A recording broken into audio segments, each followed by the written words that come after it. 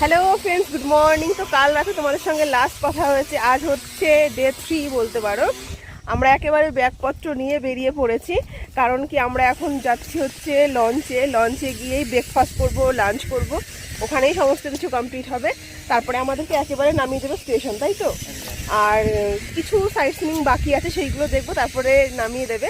তো চলো, আজকের ভিডিওটা আমি এখান থেকেই শুরু করছি, মানে জাস্ট যেখানে হোমস্টেতে আমরা ছিলাম সেখান থেকেই শুরু করছি। আপাতত এখন আমরা বেরিয়ে যাচ্ছি, তো চলো সাথে থাকো। আর দেখো, হোটেল থেকে বেরিয়ে এসছি, তারপরে এসছি এই দোকানে একটু চা খাওয়ার জন্য। আসলে আমাদের অনেকেই এখন অবধি পৌঁছানো, ওই জন্য ভাবলাম চা আর বিস্কিটটা খেয়ে নিই। দেখো এখানেও বিস্কিট খাচ্ছে, আর এখানে কাকুই চা দেবে। দেখো চা নিয়েছি, এইদিকে হচ্ছে আমাদের বোট নাকি ঘাটে চলে এসছে, মানে লঞ্চ, ওই জন্য চা হাতে নিয়েই খেতে খেতে যাচ্ছি। তো চলো আগে লঞ্চে উঠে নিই, তারপরে কথা। দেখো আমরা তো এতদিন, মানে এই দুদিন ছিলাম আমরা বিশ্বনাথ বোটে, আজকে কিন্তু আমরা আছি ভাগবত বোটে। মানে বোটটা চেঞ্জ হয়েছে, আমাদের লঞ্চটা চেঞ্জ হয়েছে। তো অ্যাকচুয়ালি কি বলতো, মানে ওখানে অনেকেই আছে যারা ইউটিউবার, তো এখানে আমাদের পাঠিয়ে যাই না কেন, হঠাৎ করে দাদা বললো যে আমাদের এই বোটে আসার জন্য, তো সেই কারণে আমরা এই বোটে এসেছি। তো বোট অলরেডি ছেড়েই দিয়েছে। তো আজকে আমাদের প্ল্যান হচ্ছে গোসাবা যাওয়া, সেখানে যাবো। তো চলো, সকালে জাস্ট উঠলাম, এখনো ব্রেকফাস্ট দেয়নি, কি করি কি সারাদিনে না করি সেটাই তোমাদের সঙ্গে শেয়ার করছি। চলো দেখতে থাকবো। চলে এসছে আমাদের ব্রেকফাস্ট, একটা তুলে দেবে গো হাতে একটু।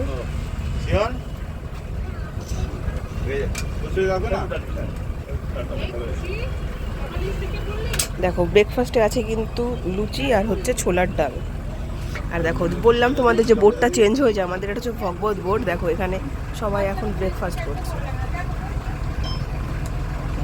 এখন কিন্তু লঞ্চে ভরা হচ্ছে জল, এখান থেকে মানে খাওয়ার যে মিনারেল ওয়াটার সেটা নেওয়া হয়।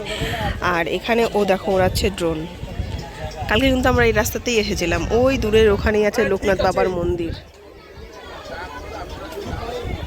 দেখো পরপর পরপর সব লঞ্চ রাখা আছে, সব কিন্তু লঞ্চে জল ভরা হচ্ছে। দেখো কি সুন্দর লাগছে, বৃষ্টি হচ্ছে বাইরে, দেখো কত লঞ্চ, ঝিরিঝিরি বৃষ্টি পড়ছে, বৃষ্টির ছাড় দেখো হাতে লাগছে।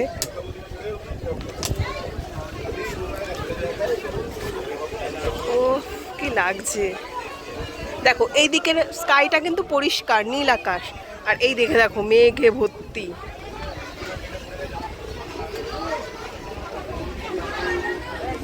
দেখো আমরা এখন বসে আছি, ঝিরিঝিরি বৃষ্টি পড়ছে, দুর্দান্ত লাগছে। কেমন লাগছে? ভালো। আর তার উপর এখন কিন্তু ওই সাইডটা বৃষ্টি নেই, এইদিকে বৃষ্টি, খুব সুন্দর ঠান্ডা হাওয়া দিচ্ছে, ওয়েদারটা পুরো চেঞ্জ। মানে যাওয়ার দিনে এসেছিলাম প্রচন্ড বেশি বৃষ্টি হচ্ছিল, ফেরার দিনেও বৃষ্টি। তো চলো বাইরে অ্যাটমসফিয়ারটা তোমাদের একটু দেখাই, কি সুন্দর লাগছে। দেখো দেখো কি সুন্দর বৃষ্টি হচ্ছে।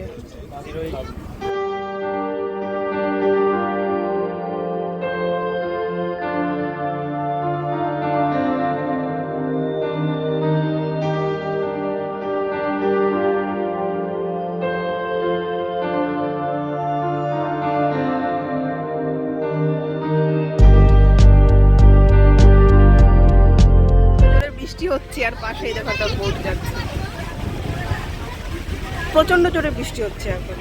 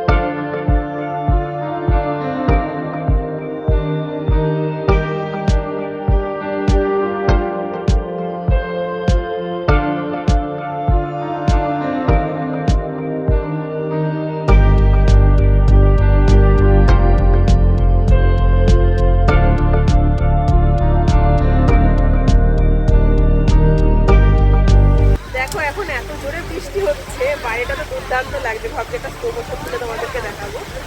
দেখো মাছ ধরছে পাশে।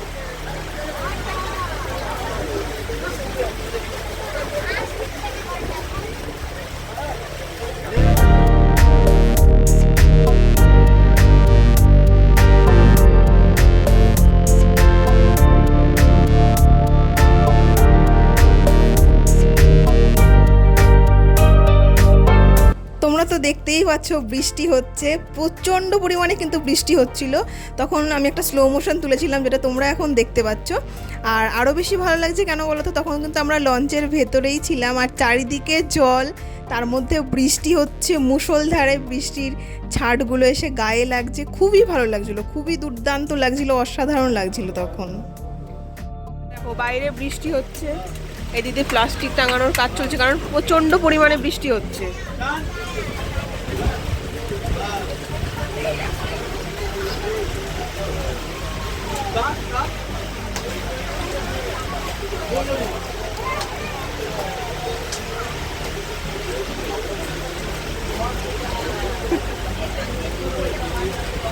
এই যেই লঞ্চটা আসছে এটাই হচ্ছে বাবা বিশ্বনাথ, একটু জুম করে দেখাই।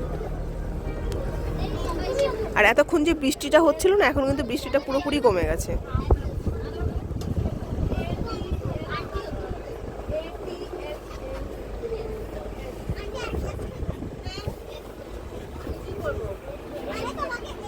দেখো তোমাদের তো বলেছিলাম যে আজকে কিন্তু আমরা জার্নি করছি ভাগবত লঞ্চে, আর এতদিন কিন্তু আমরা ছিলাম বিশ্বনাথ লঞ্চে, যেটা হচ্ছে আমার পাশেই এখন আছে। দেখো আমরা কিন্তু অলরেডি আমাদের ফার্স্ট স্পটে চলে এসেছি, রবীন্দ্রনাথ বেকন বাংলোতে আমরা নামবো। আর হঠাৎ করে দেখো, যেহেতু আমাদের নামার সময় চলে এসেছে, দেখো ওয়েদারটা কি ঝাক্কাস হয়ে গেছে, সুন্দর ওয়েদার, রোদও বেরিয়ে গেছে, বৃষ্টিও পুরোপুরি কমে গেছে। আমরা কিন্তু অলরেডি আমাদের ঘাটে ঢুকে গেছি, এই যে ঘাটটা, এখানেই কিন্তু আমরা ফার্স্ট নামবো। দেখো ওখানে লেখা আছে গোসাবা ব্লক।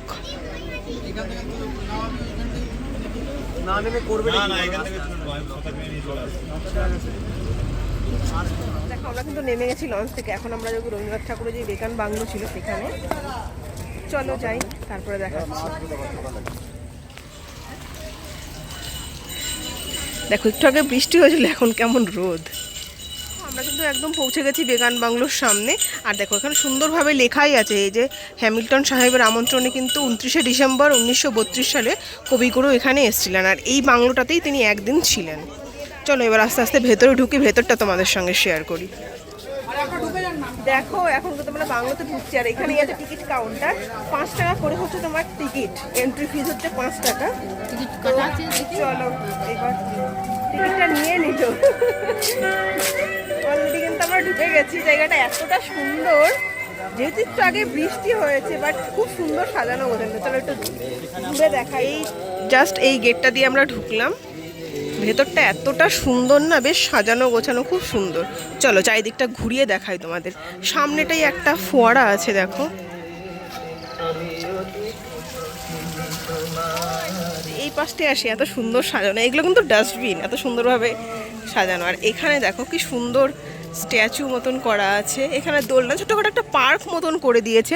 আমার যেটা মনে হয় বাচ্চাদের জন্য পারফেক্ট। এখানে কি সুন্দর একটা স্ট্যাচু, দেখো বুদ্ধের একটা স্ট্যাচু আছে। চলো এবার ওই পাশটাতে যাই। আর সব থেকে মেন অ্যাট্রাকশন, মানে তোমাদের তো আসল জিনিসটাই দেখানো হয়নি, যেটা সেটা হচ্ছে রবীন্দ্রনাথ ঠাকুর, মানে আমাদের কবিগুরুর যে স্ট্যাচুটা আছে, ওখানে একটু পরে যাচ্ছি। তার আগে চলো এই যেই সাইডটাতে যাই। পাশটাতেও সুন্দর দুটো ডাস্টবিন করা আছে। ওখানে দেখো যদিও সবই তৈরি করা হরিণ আছে, এপাশে একটা বাঘ আছে, সামনেটাই কি আছে দেখি। এখানে একটা পুকুর আছে, দেখো বাচ্চারা স্নানও করছে এখানে। এই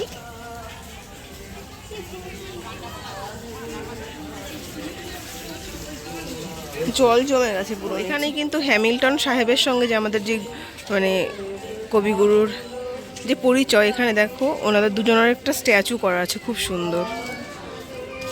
একটু পরে এখানে আমরা ঢুকছি, তার আগে চলো রবীন্দ্রনাথ ঠাকুরের স্ট্যাচুটা তোমাদের একটু দেখিয়ে দিই। দেখো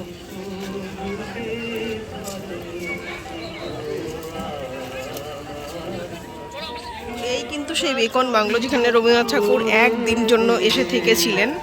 আর দেখতেই পাচ্ছ কতটা ভিড়। আসলে কি বলতো, যারাই সুন্দরবনে আসেন তারাই কিন্তু এই সমস্ত জায়গায় এসে ঘুরে যান। আর জায়গাটা না এত সুন্দর ওয়েল মেনটেন করে রেখেছে, দুর্দান্ত লাগছে। যদিও বন্ধ আছে, খুলে দেখার চেষ্টা করি যে ভেতরে কি আছে। দেখো ভেতরে কিন্তু আমি ভেতরটা একটু দেখানোর চেষ্টা করি ভেতরে কি আছে। দেখো ভেতরে কিন্তু আপাতত আমি কিছুই দেখতে পাচ্ছি না।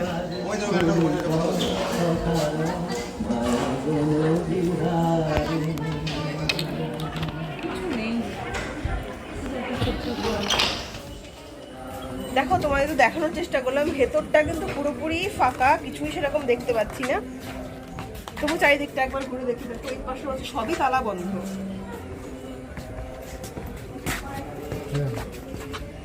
চারিদিকটা একটু ঘুরে দেখাই। অ্যাকচুয়ালি এই বাংলোটা একদিন মানে এক রাত রবীন্দ্রনাথ ঠাকুর ছিলেন এখানে। একই রকম ফাঁকা, কিছুই নেই, কাঠের একটা সুন্দর বাংলো, ব্যাস এইটুকুই। দেখো আমরা কিন্তু ঘুরে আবার চলে এসেছিলাম লঞ্চে, আর এখন হচ্ছে লাঞ্চ টাইম। তো কী কী খাবার আছে তো আজকের মেনু তো কিন্তু একদম স্পেশাল রয়েছে। দেখো চিকেন তো আছেই, চিকেন কষা আছে, আর বিরিয়ানি আছে, দাও আবার ইলিশ বিরিয়ানি, একটা আলু আর হচ্ছে স্যালাড। তো চলো আগে খেয়ে নিই, তারপরে টেস্টটা বলবো তোমাদের। তো দেখতেই পাচ্ছ আমাদের একদম যেখান থেকে যাত্রা শুরু করেছিলাম আর কি, সেখানে আমরা এখন নামছি। তো এখানেই আমাদের আজকের মতন পুরো ট্রিপ, মানে লঞ্চের ট্রিপ আপাতত শেষ হলো। এখান থেকে আবার আমরা অটো ধরবো, সেখান থেকে যাব ক্যানিং স্টেশন, তারপরে বাড়ি। তো চলো এবার ক্যানিংয়ে যাই। যেমনভাবে এসেছিলাম সেরকমভাবে অটো করেই যাব। তো যাই, তারপরে অটোতে উঠি, তারপরে বাকি। দেখো লঞ্চ থেকে নেমে কিন্তু আমরা তারপরে অটোতে উঠে গেছিলাম, আর তখন কিন্তু আমরা আবার স্টেশনের দিকে এগোচ্ছি। আর তোমাদের তো ফার্স্টের দিনেই বলেছিলাম, মানে যেই প্যাকেজটার মধ্যে তোমরা যাবে পুরোটাই কিন্তু তোমরা একদম ক্যানিং স্টেশনে নামার পর থেকে তোমরা পুরোপুরি প্যাকেজের মধ্যেই চলে আসবে। কারণ ক্যানিং স্টেশন থেকে দাদারা সব তোমাদেরকে পিক আপ করবে এবং 2 রাত 3 দিন লঞ্চে কাটানোর পরে আবার তোমাদেরকে ক্যানিংয়েই ড্রপ করে দেবে। মানে টোটালি মানে এত দিনের খাওয়া দাওয়া থাকা সমস্ত কিছু কিন্তু এই প্যাকেজের মধ্যে। আমি বলবো যে অবশ্যই তোমরা একবার যাও, গিয়ে ঘুরে এসো যারা এখনও পর্যন্ত যাওনি। আর যদি পারো তাহলে ইলিশ উৎসবের সময় একবার যেও, তাহলে প্রচুর ইলিশ মাছ খেতে পারবে তোমরা। তো খুব বেশি মজা হয়েছিল। আর আমার তো ইচ্ছে আছে নেক্সট টাইম যদি সুযোগ হয় তাহলে আমি আবার যাব। এবার ইচ্ছে আছে শীতের সময় একবার যাওয়ার, সেটাও তোমাদের সঙ্গে শেয়ার করব। দেখো এই হচ্ছে ক্যানিং স্টেশন। বলতে নেই কি বলো তো, আমরা যেদিন এসেছি সেই দিনও বৃষ্টি। এই আমরা এখন স্টেশনে চলে এসেছি, ট্রেনে আছি। দেখো বাইরের বৃষ্টিতে দেখো, আর আজকে এখন তো লিটারেলি ঝড়ও হচ্ছে, মুষলধারে বৃষ্টি হচ্ছে দেখো এখানে। আর এই দেখো ট্রেনে উঠে গেছে, ট্রেনে যথেষ্ট ভিড়।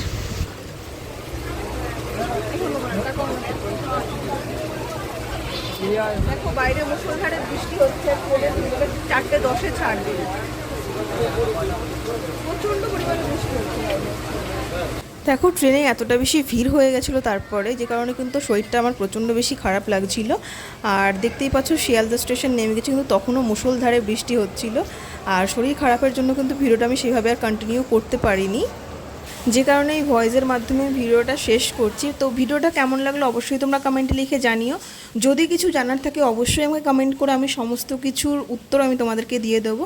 তো ভিডিওটা ব্যাস এইটুকুই রাখছি। যদি ভালো লাগে একটা লাইক করো, চ্যানেলে নতুন হয়ে থাকলে চ্যানেলটাকে সাবস্ক্রাইব করে এরকম নতুন আরও অনেক ভিডিও পেতে। তো চলো আজকের মতন ব্যাস এইটুকুই। সবাই ভালো থেকো, সুস্থ থেকো, টাটা।